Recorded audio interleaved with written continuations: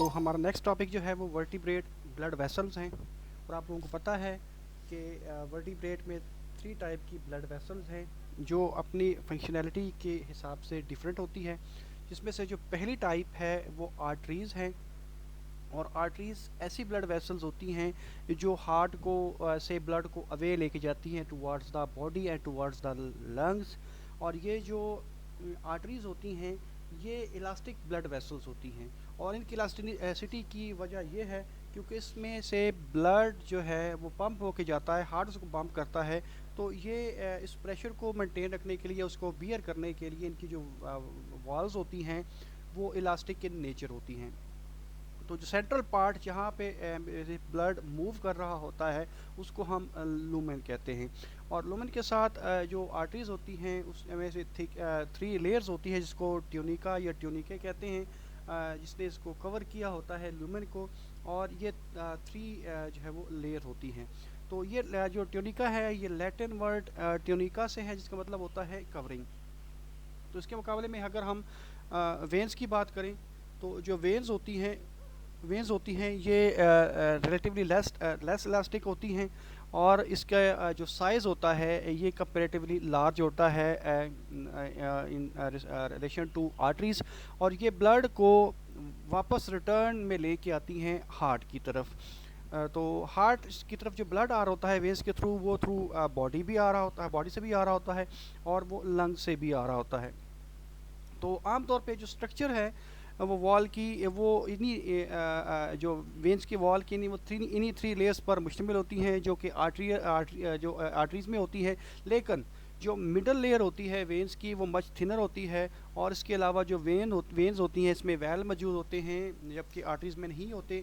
और जो valves present होते हैं जिसको हम वाल्व बोलते हैं, उसका पर्पस ये होता है कि ये बैकवर्ड फ्लो को मेंटेन रख सकें, उसको बैकवर्ड फ्लो को जो है वो प्रिवेंट कर सकें।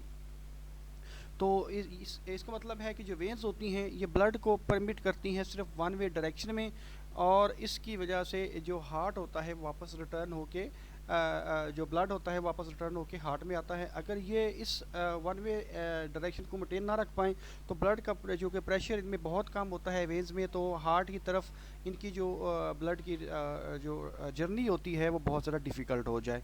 तो इसके कंपैरिजन में अगर हम कैपिलरीज को देखें तो कैपिलरीज जो होती हैं बहुत ही ज़रा स्मॉल और सिंगल लेयर होती है। और ये जो आर्टरीज होती हैं ये तकसीम होते आर्ट्रियूल्स बन जाती हैं। और आर्ट्रियूल जब वो ब्रांच इसकी फॉर्म में आ जाती है तो उसको हम कैपिलरीज बोलते हैं। तो कैपिलरीज बेसिकली ये लैटिन वर्ड कैपिलरस से है, कैपिलस से है जिसका मतलब होता है हेयर। और ये बेसिकली वेन्यूल्स के साथ कनेक्ट होती है और फिर वेन्यूल से ये वेन बन जाती हैं। तो कैपिलरीज जनरली जो कि हमने अभी बताया कि एक सिंगल लेयर होती है एंडोथेलियम सेल्स की। और ये इनकी जो तादाद होती है वो बहुत ही ज़्यादा होती है किसी भी एनिमल बॉडी में। और चूँकि इसकी तादाद ज़्यादा होने का पर्पस ये भी है क्योंकि ये लार्ज सरफेस एरिया प्रोवाइड करती हैं। और वर्टिब्रेट्स की बॉडी में जो कैपिलरीज होती हैं ये ओनली साइट होती हैं जहाँ पर exchange of gases, fluid, nutrition और वेस्ट जो होता है वो ब्लड और नियर बाई सेल्स के दरमियान जो है वो एक्सचेंज हो सके।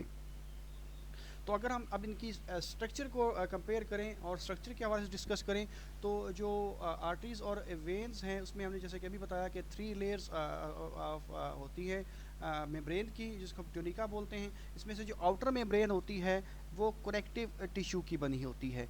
मिडल लेयर जो होती है ये इलास्टिक और स्मूथ मसल्स की बनी होती है। और जबकि इनर लेयर होती है ये सिंगल स्मूथ एंडोथेलियल सेल्स पर मुश्तमिल होती है, उसको हम एंडोथेलियम भी बोलते हैं। तो जो आर्टरीज़ है उसमें की जो वॉल्स होती हैं वो मच थिकर होती हैं एज़ कम्पेयर टू वेन। और जो मिडल लेयर है ये ज़्यादा रिड्यूस होती है इन वेन्स में एज़ कम्पेयर टू आर्टरी। तो आपको ये यहाँ पे जो है ये वाल्व भी नज़र आ रहे हैं जो सिर्फ वेन्स में पाए जाते हैं जो बैकवर्ड फ्लो को प्रिवेंट करते हैं।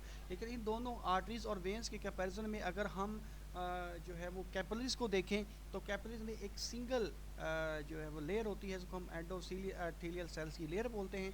और ये एंडोथेलियल सेल्स की जो लेयर है ये बेसिकली इनेबल करती है exchange of the material, exchange of the gases.